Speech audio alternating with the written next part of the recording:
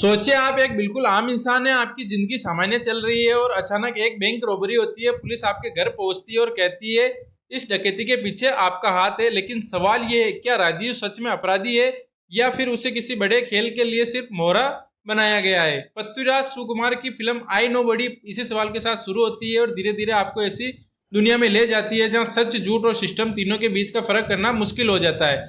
तो क्या ये फिल्म वाकई देखने लायक है? चलिए बिना टाइम खराब किए जानते हैं आई नोबडी का पूरा रिव्यू। फिल्म की कहानी की बात करें तो फिल्म की कहानी है राजीव की, जिसका किरदार निभाया है पृथ्वीराज सुकुमार ने। राजीव कोई सुपर हीरो नहीं, वो एक बिल्कुल सामान्य सरकारी कर्मचारी है जिसकी जिंदगी अपनी परेशानियों के साथ चल रही है। लेकिन फिर आता है कहानी में एक बड़ा ट्विस्ट, एक बैंक डकैती। और डकैती के बाद पुलिस की नजर सीधे राजीव पर जाती है। अब राजीव के सामने सबसे बड़ा सवाल है, अगर वो निर्दोष है तो पुलिस उस पर शक क्यों है, और अगर वो सच में इस पूरी साजिश का हिस्सा है तो इसके पीछे का मास्टरमाइंड कौन है। फिल्म यही से एक सोशल क्राइम थ्रिलर का रूप लेती है। राजीव सिर्फ पुलिस से नहीं लड़ रहा है, वो इस पूरे सिस्टम से लड़ रहा है जहां एक आम आदमी की आवाज दबना बहुत आसान है। और फिल्म की सबसे बड़ी दिलचस्प बात है कि जैसे जैसे जांच आगे बढ़ती है आपको शक भी होने लगता है कि राजीव आखिरी सच में कौन है। अब बात करते हैं फिल्म की सबसे बड़ी ताकत की, पृथ्वीराज सुकुमारन। राजीव का किरदार बाहर से बहुत साधारण दिखाई देता है, लेकिन अंदर से उसके दिमाग में क्या चल रहा है यही फिल्म का असली खेल है। पृथ्वीराज ने राजीव के डर, तनाव, कंफ्यूजन और मजबूरी को काफी अच्छे तरीके से पेश किया है। उनकी सबसे अच्छी बात यह है कि उन्होंने किरदार को जरूरत से ज्यादा हीरो बनाने की कोशिश नहीं की है। वो एक आम आदमी लगते हैं, एक ऐसा आम आदमी जो अचानक ऐसी परिस्थिति में फंस जाता है जहां उसका हर कदम उसके खिलाफ जा सकता है। पार्वती थुरुवत्तो, हकीम शाहजहा और विजया राघवन जैसे कलाकार भी कहानी को मजबूत सपोर्ट देते हैं, लेकिन पूरी फिल्म का भार काफी हद तक पृथ्वीराज के किरदार पर ही टिका हुआ दिखाई देता है। फिल्म का फर्स्ट हाफ इसकी सबसे बड़ी ताकत है। बैंक रॉबरी के बाद की घटनाएं और पुलिस की जांच लगातार आपको सवाल पूछने पर मजबूर करती है।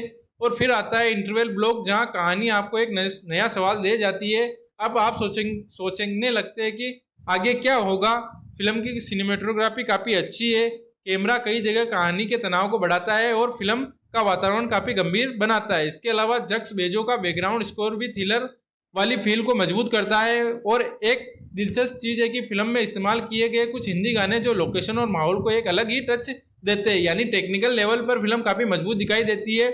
अब आते हैं उस हिस्से पर जहाँ आई नोबडी थोड़ी कमजोर पड़ जाती है। पहले आप में जो पकड़ बनती है इंटरवल के बाद वही पकड़ धीरे धीरे ढीली पड़ने लगती है। फिल्म का दूसरा हिस्सा काफी स्लो बर्न हो जाता है और सबसे बड़ी परेशानी है निर्देशन ने एक साथ कई तरह के जोनर को मिलाने की कोशिश की गई है।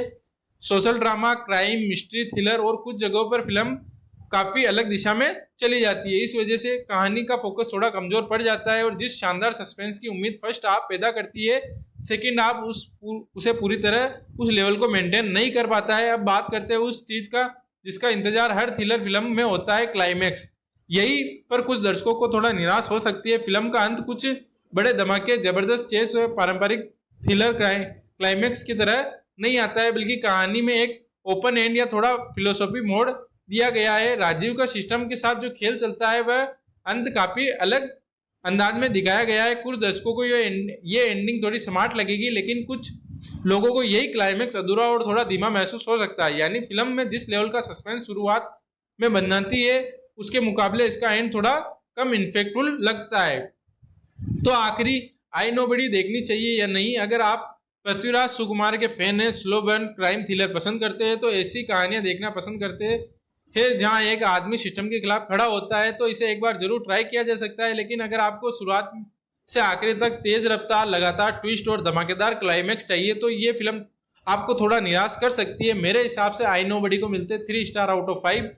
पहला हाफ शानदार था, एक्टिंग दमदार है, टेक्निकल काम बढ़िया है, लेकिन दूसरा हाफ और क्लाइमैक्स को मास्टरपीस बनने से रोक देती है। अब आपकी बारी, क्या आपको लगता है आई नोबडी का क्लाइमैक्स शानदार था या फिल्म का अंत थोड़ा कमजोर पड़ गया? कमेंट में जरूर बताइए। अगर आपको ऐसे ही बिना स्पॉइलर और ईमानदार ओटीटी मूवी रिव्यू पसंद है तो वीडियो को लाइक करें, चैनल को सब्सक्राइब करो और इसे अपने उस दोस्त के साथ शेयर करें जिसे क्राइम थ्रिलर मूवी देखना पसंद है। तो मैं मिलता हूँ अगली फिल्म रिव्यू के साथ, तब तक देखते रहिए फिल्मी गॉसिप और धन्यवाद।